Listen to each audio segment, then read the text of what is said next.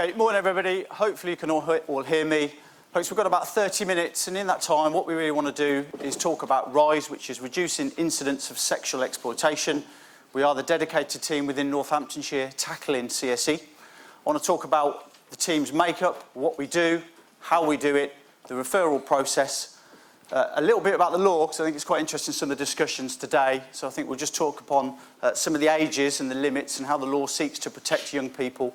And then we've just got a bit of a case study to do, and then Kia, of course, is going through the risk assessment. So hopefully you'll have a broad spectrum of what we do following all this and a little bit more about the team. So as you can see, the key really is it's a multi-agency team. I think we've moved on a long way now when we really accept that no particular single agency can do this alone. And so, you know, that partnership work is absolutely vital. I'm well aware of that, you know, working for the police. So key really within this team is this co-location. And as you can see, I've got today, Ali is obviously responsible, the manager for the CAN members of staff within the team, and Joe is the Children's Services Manager responsible for the social services side of it, and then myself as overall manager of the team and responsible for the police staff. So the team itself, as you can see, we've got quite a sizable. If I talk about the police first of all, we've got dedicated investigators. We've got 4 at the moment, shortly to increase to 6. Everybody is a detective or trainee detective, and they've all got experience and background working with young people. In addition, is key, we've just recently recruited an intelligence operative, and we're getting a further one, and that's absolutely vital. That sharing of information, not only within the police, but with other people and agencies, and developing and putting that information about and targeting these people is a key role. And for me, a real plus that we're going to take on board shortly, we've just advertised to take on a sergeant and 6 officers who will be a dedicated safeguarding proactive team. So they will be going out and effectively doing search warrants and dedicated gathering information and executing and doing some proactive work to safeguard young people.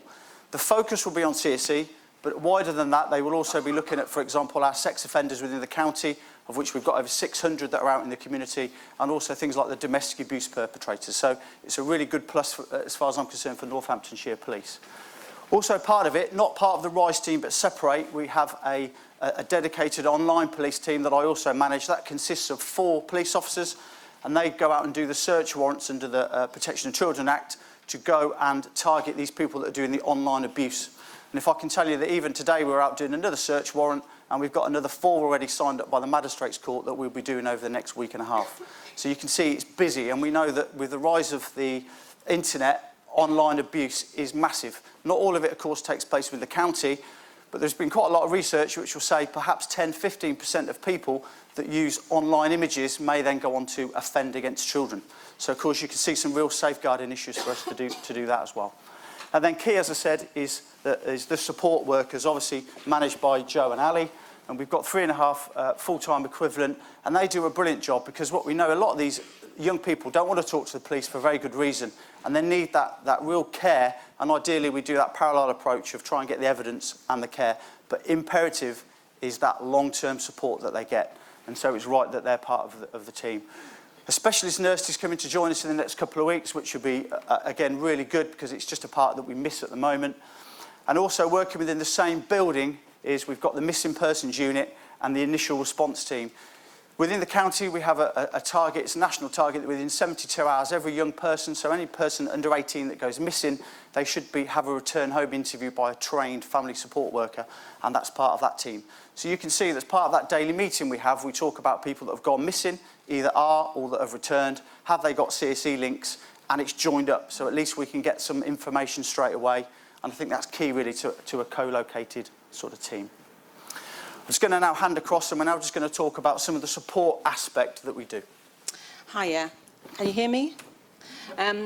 In terms of the way that we work, we do kind of follow the Bernarda's 4-ear model, and as we've heard a couple of times today, these young people that we work with aren't going to disclose, don't actually usually want to talk to us, don't actually recognise that they are victims of CSE. So what we'll do is we're quite assertive, so when we get a referral that comes in, we will go out, we will meet that young person where they feel safe, comfortable. That might be their home, it might not be, it might be school, we might initially meet them in McDonald's, but we we are quite assertive. And again, we've heard today about these young people don't want to engage with services. So it's not a case of, oh, well, you know, we've called them once and they haven't turned up, we're going to drop it. We're very assertive in terms of, and being persistent in terms of how we engage. We give them our time and our attention, because when we think about it, the perpetrators have pretty much got contact 24/7. Yes, we do give them a once-a-week appointment, but they've got our numbers, they can contact us, and they've got the numbers of the police as well, so that the times that they can contact us is quite a large portion of the day that they can contact us and get help, including cover on the weekends in terms of with the police. So it's about listening to young people, giving them their time. We are accessible. We haven't got a dedicated building, which will be our ideal, but we haven't got that yet. But we have youth-friendly places where we can take young people. And as I said, we see them out in the community. We do a lot of advocacy with them, so it's about listening to them, being a voice for them, helping them get the service that they need. And it's about involving young people. We don't do the work to them. We walk alongside them, we build up trust, and we involve them in any work that we do. We have an outcome wheel, which we do with the young person, that helps them look at the areas that they want to focus on. So we create a care plan with that work. As you've heard from Emma, young people don't often want to talk about the incidents, don't want to talk about what's happening, but this is a way of getting them to look at other areas. So we might focus on education, we might focus on relationship with parents, we might focus on sexual health, because they've never been and had a sexual health check. So it's about involving them in the work that we do. We don't do the work to the young people. And as I said, we work holistically. So it isn't just, as I said, focusing on the incidents, the CSE, the perpetrators, what's going on. It's looking at the whole picture of that young person's life. We're a multi-agency team.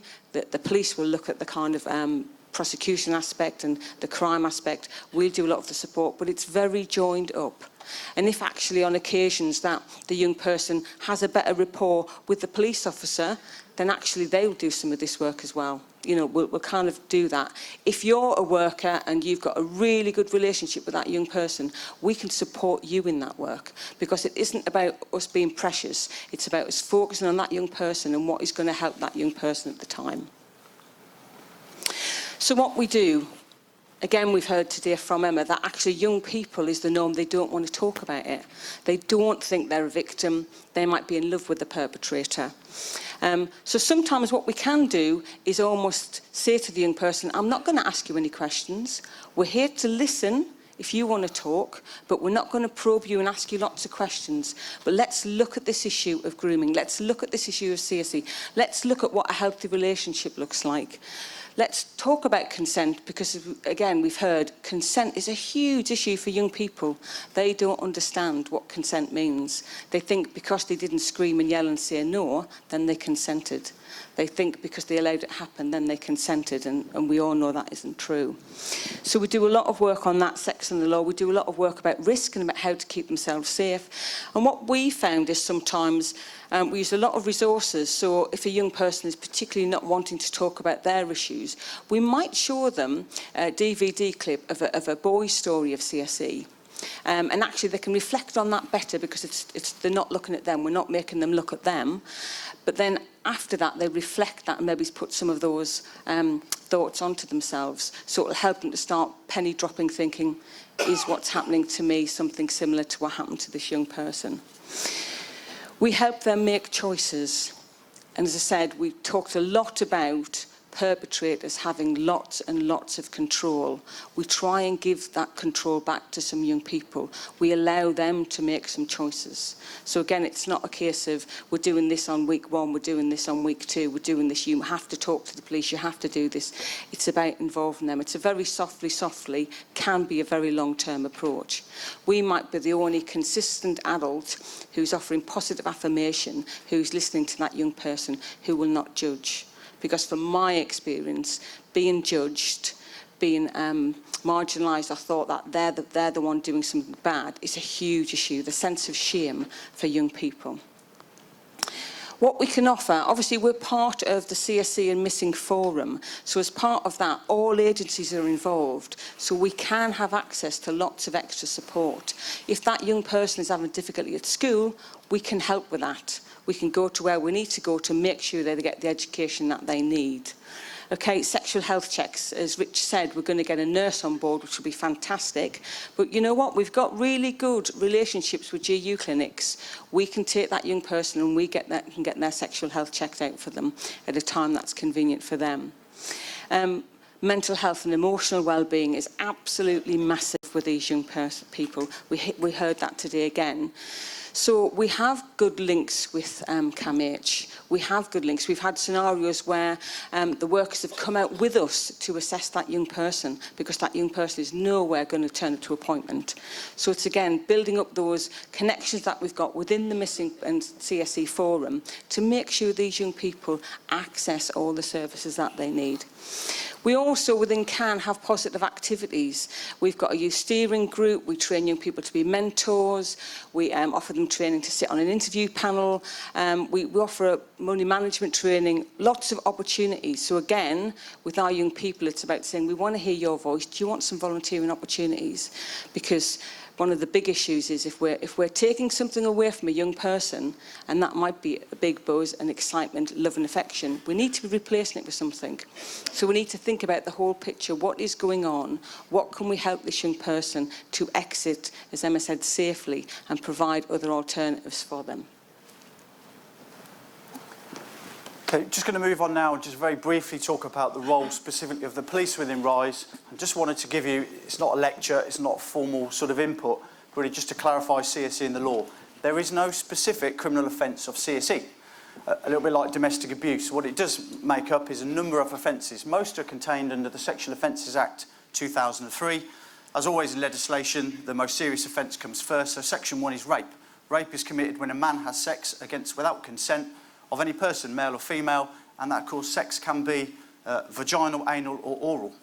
Now, clearly, age doesn't come into that. If it's not true consent, it's against the law. And interesting, there's a debate going on at the moment, and the CPS are certainly looking at it and giving more sympathy to that consent issue, for example, where drug or alcohol, where a victim is impaired through that. And we would say if somebody is that intoxicated, they cannot give true consent. The other issue, of course, is that you can withdraw consent at any time. So even if somebody goes along willingly for an act, they then can change their mind. And if the perpetrator carries on, that's against the law, and that's life imprisonment. What the law, however, does do rightly is then go on and give added protection to young people. And it gives the greatest protection to those aged under 13, so those 12 and under. Now, at that age, the law doesn't recognise that they can be willing participants. Even if they wish to do that, or they think that's normal, the law says otherwise. And their age is absolutely relevant because they cannot give any sort of consent. You may have heard the term statutory rape, and that's where that comes in. So if somebody has sex with somebody 12 or under, from the police perspective, it's easier to prove in as much as you prove the act, you don't need to prove the consent issue. So we're there. Obviously, the next age then is 16. 16 is the age of legal sexual activity, the age of consent in this country. There is a debate. You look at Spain, for example, it's 14, but in this country it's 16. So therefore, the law then protects people that are 13, 14 and 15 against having sex. So we know that it goes on, but actually what we then need to try and prove, if someone has sex with a young person that's, say, 15, we then need to prove that they understood that that person was underage. So we already build it in a bit of an issue, and it is a defence for somebody to have an honestly held belief that somebody was of age of consent. So, of course, it's something for us to get across. However, it does go on to protect various issues. Things like if you groom somebody, you arrange to meet them on the internet for the purpose of having sex, you commit a criminal offence. Paying for the services of a young person, etc., is also a criminal offence, as well as indecent images of children. It then comes on to, we then come on to 18. Now at 18, obviously at 16 you've got the age of consent, so they're legally allowed to have sex, but the law still affords a degree of protection, and particularly around things like paying for the services of a child, so you cannot do that, even if somebody willingly goes along with that. At 17, a perpetrator commits an offence, and sort of inciting things like child pornography. It was earlier interesting here in Emma's story, it's also a criminal offence, for example, to encourage a child to watch a sexual act. So there's other pieces of legislation that we can use. Key for me within the police is that we rely too heavily on victims, and so it's far easier for us now to use technology, for example, seize the perpetrator's phone. When they've got indecent images of the children, you take the victim out of it, they've committed an offence. Straightforward. We can get their internet. We know their internet history. If they're contacting a female to quite evidently to arrange to meet them, we can have them for that. There's lots of cross-criminality that we can deal with people for, and where necessary, we can try and take the victim out of it to try and protect it, because for very good reason we understand the real problems that victims have of sort of talking to us. So the key bits of the police, as you would imagine, key role of the police is always to save life and limb. It's the sort of going back to the Robert Peel principles, so that's key. But as I said, we investigate CSE. So the team that we're on now, the RISE team, do the sort of the contact offending, but we've also got a dedicated team that does the online stuff as well. And then we will, wherever possible, we will prosecute offenders. That would always be my preference, because when they get prosecuted, the law then will allow them, for example, could give them a restraining order. We can get a sexual offences prevention order where they, for example, will not be allowed to have any contact with anybody under 18 for the rest of their lives. So we can give them lots of clear conditions. But we accept that that's not always possible. So, we then move down the ladder, and where we will always at least actively seek to disrupt them, to stop that activity, to safeguard victims, and always, always gather intelligence. Whether that's the uniformed Bobby on the street doing it, or by some other means, but that's really sort of key to what we do. So some of the tactics you're aware, we will arrest. I'm a big believer of making proactive arrests. Most of my police background has been proactivity, surveillance, covert ops, etc.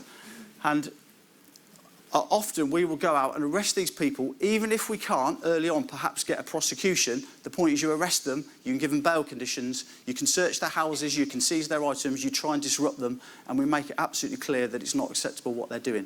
So we may not always get there with the prosecution, but that doesn't stop us arresting. We only need reasonable suspicion, and it's certainly something that since I've been in post the last couple of months, we've actively now getting out and arresting people. Search warrants, I had said earlier, we've got 4 or 5 already, 5 waiting to go. Search warrants to do in the county already. I'm not going to tell you where they are, funny enough, but they're actively, we are looking at them. No. Child abduction notice is really good. It's not a criminal offence to breach a child abduction notice, but we go along and we see one of these perpetrators and we say the parents, or if they're in social care, the social care, their guardians, absolutely adamant you are not to have contact with them. If you do so, we will then consider arresting you under the Abduction Act. So the Abduction Act is obviously a real powerful piece of legislation. And we will go, and we often think of that as when somebody snatches a child, but actually it doesn't have to just be snatched. If you hold someone away from their guardian, you breach the Section 2, so you commit an offence there as well. We talked about overt and covert policing. I said drugs. Lots of times you will find these people, and we've got a case at the moment on the go where some lads came up from Luton, and we're struggling to prove the sexual element, albeit we're absolutely adamant that was their purpose. But unfortunately for them, when we searched their houses and their cars, they were found with quite a sizable bag of cocaine. So now we're looking at dealing with possession with intent to supply. So I don't really care what we have them for. I prefer the sexual element, but if we can only have them for the possession with intent, we'll have them for that, because that's our job. Key then is liaison, and as I said, we will work with Her Majesty's Revenue and Customs. If we think somebody's committing benefit fraud, for example, housing fraud, we've got access to go and check the revenue and customs details, tax evasion, etc. So we will link it with other agencies and do that. And ultimately then share information as well locally with taxes, as we talked about, hotels, etc. And then finally, just the use of other criminal court orders. We can use legislation under antisocial behaviour. For example, we can use risk of sexual harm orders to try and tackle and safeguard these people where necessary. Okay, yeah, I'm just going to talk us through the referral pathway. Some people have come to visit us at our stand out in the marketplace today, and that's certainly a question that's been asked. RISE currently work at Tier 4 of threshold, and that recognises that CSC and young people who are victims of CSC is a safeguarding concern. It meets level 4 threshold. So RISE currently work with young people who are open to a social worker. So if you're working with a young person that isn't allocated hasn't got an allocated social worker, is an open case to the local authority, and you're concerned about CSE, what we would need to do is complete the CSE assessment, complete a multi-agency referral form, and send it to MASH as you would do with any safeguarding child protection referral.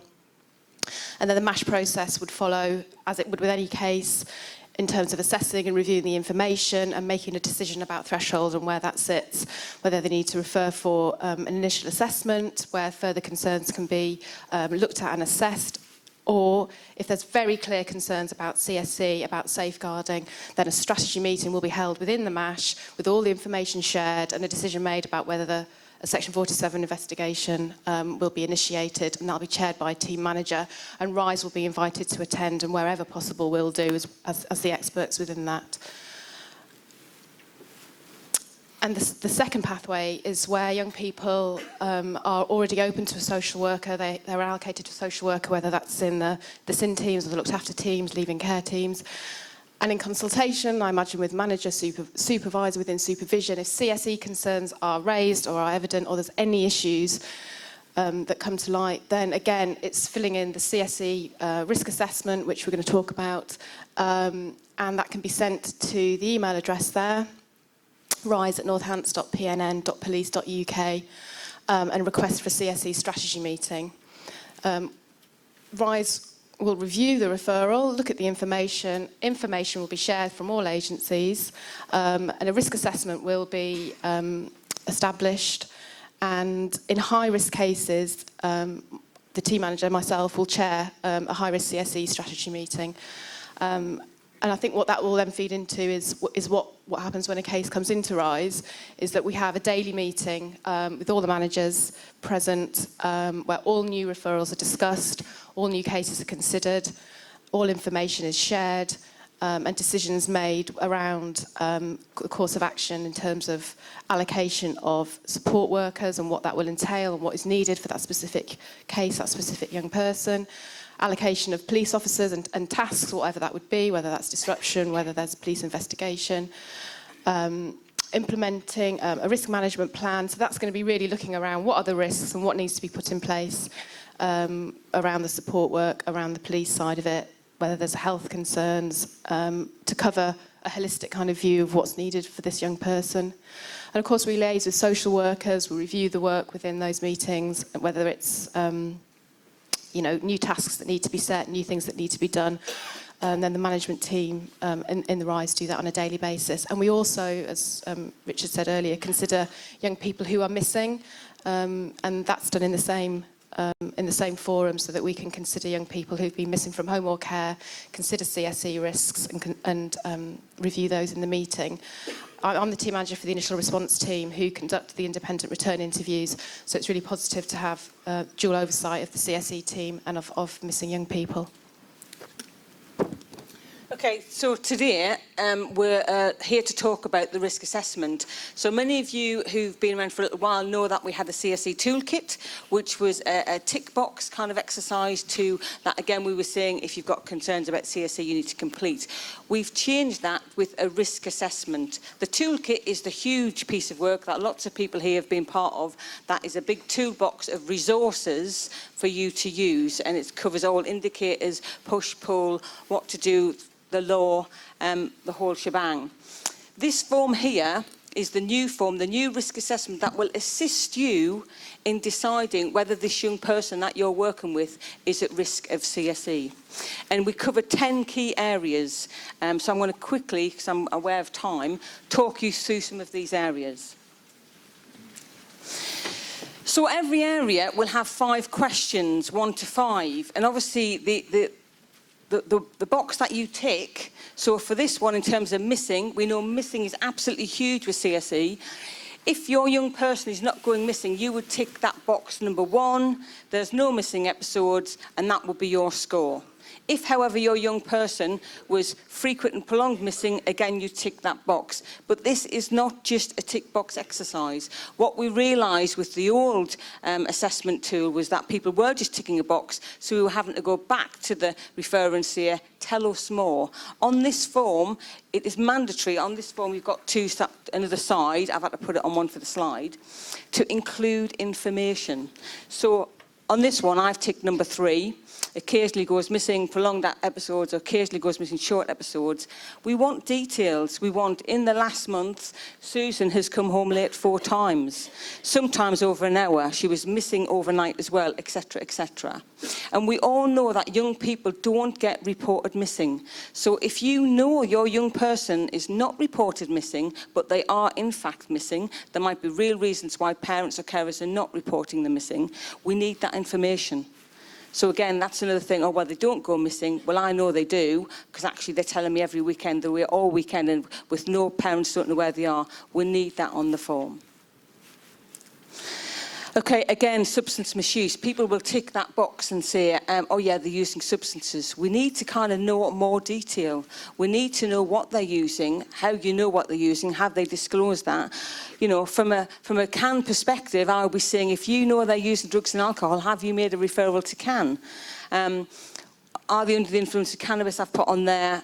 What mum's saying, if the young person's denying substance misuse, but school is saying that and mum's saying that, we need you to put the details on, because we need you to tick the relevant box to score, but the information is absolutely vital. Again, association with known risky adults. As Rich spoke about earlier on, lots of time 15-year-old girls will want to have a 17, 18-year-old boyfriend. We may consider them risky because they may not be the ideal boyfriend if they were our young person. They may not be risky in the terms that we're saying risky. But if you know the adult's name who they're associating with or the peers, put their names down. This will go to MASH. We will be able to check up. We will then know, are they a real risky adult? It's no good just ticking the box and going, yeah, they know lots of risky adults. We need to kind of know, who are they? Again, ticking the box saying they're hanging around with people known as CSE. We need to know. We need to make those connections. When we've done a bit of looking in the past, we've realised that actually we've got Susie who lives in Blackthorn and we've got Sarah who lives in Upton. How do they know each other? And it's linked to a perpetrator. You know, they're going to completely different schools. We need to start joining the dots and making that connection. So that information for us is vital. Now, in this toolkit, in this risk assessment, we've asked for professional judgment. There's a scoring for professional judgment. Now, what we need you to do here is to think vulnerabilities. On the first part, and the very first part where you tell us the name and details of the young person you're referring, we've added some vulnerabilities, but that are not scored. We could have put emotional well-being as a scoring, but it's actually quite hard to score because it's a huge breadth of vulnerability, from self-harm to committing attempts of suicide to depression to psychotic episodes. It's huge. So we need for you to tick the box on the front, write what's on there, but if that's an increased vulnerability in your professional judgment, we need to see it there. We need to see, actually, this young person's attempted suicide 5 times now. Their self-harm is severe. It started on this date when shortly afterwards she started hanging around with risky adult.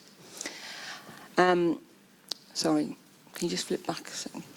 The other thing we talked about earlier is push-pull. So when you get your toolkit, look at your push-pull factors and again evidence that. If you know there's domestic violence in the house, if you know mum or dad has got mental health issues or drug or alcohol issues, if you know that home isn't a safe environment, that's a push factor. Okay, if you know this young person's got low self-esteem, which actually a lot of young people has, as Emma said there, in terms of when they're going through puberty, but if there are other pull factors, we need to know that. And grey areas, if there's questions you want to ask, put them on there. I don't know this, I don't know this, and then we can maybe try and find that out. I'm very conscious, I think we've got about 30 seconds left. There was a case study very briefly that we were going to go through. I think key really is to say is that this wasn't purely a police operation. How this worked really was that information was received about a missing person, schools were concerned. We knew this was a 14-year-old girl that was having a relationship with a 23-year-old male. Checks by all our agencies said that he had got concerning behaviour. And effectively we arrested him initially for a very unusual offence of tattooing a juvenile. We did that because actually the victim wouldn't talk to us and tell us what happened, albeit we suspected there was sexual activity. And it just proved that then by holding a strategy meeting and getting support work in, over the next 2 weeks, that young person then divulged that she had, in fact, been having sexual activity with him. And of course, then having put him on bail initially, we were then able to go and re-arrest him for sexual activity with a child. Surprisingly enough, he'd been contacted on Facebook. We always knew he was going to. You just let him hang himself. We then captured that, and not literally. We then captured him, got him, and he's now in prison at the moment, awaiting trial. But it really sort of showed really all the teams coming together, sharing that information. And subsequently to then, that young person is now receiving a lot of support, ongoing, and is doing really well. And of course, as often the case, turns around and now accepts that actually what she was doing it wasn't appropriate. So, so a bit of a success story. I can't talk too much about it anyway because it's due in Crown Court in September. But the other positive thing, we did a bit of media, and as a result of a media appeal we put out, we actually got another victim came forward, historical rape. So quite an interesting one, which we're investigating as well. So it just sort of showed the power of the work that we do. And any questions? I thought not. Great, we can sit down. Is there any quick questions for us? Oh, that's a shame. Thank you. It's a question for Richard. My name's Ian Wall. I'm a forensic physician and clinical director of Serenity Sexual Assault Referral Centre. We know that some studies have shown that up to 20% of detainees in police custody are children and young people. And we know, in fact, that some suspects of alleged sexual assault who are children and young people are, in fact, victims for the very reasons of the exploitation business. My question is, what are you doing to identify and support those children and young people? Part of the daily process we have is to review every person that comes into custody today or over the next, the previous 24 hours. So the case study we talked about was a prisoner that was in custody. By looking through, we thought this is not right, took ownership of it, and then put the arrest into place. And it's exactly the same with young people. We do know, under the national referral mechanism, some youngsters will go on offend, do shoplifting, etc., because they're being exploited. And we have to deal with that on a case-by-case basis. So we do look at it, and we actively look every day as part of the process who is in custody. And we've got the links. We'd hope there's enough internal communication that people would let us know that that's a problem. I am conscious of the time. 2 more minutes. That's a shame. Then we have to get through. I didn't hear any mention of how we could inform parents better. How can we get parents involved better? And the other thing is that we know that many young people under the age of 16 have sex, and parents consent to that. How do we tackle that? How do we educate parents? How do we inform parents?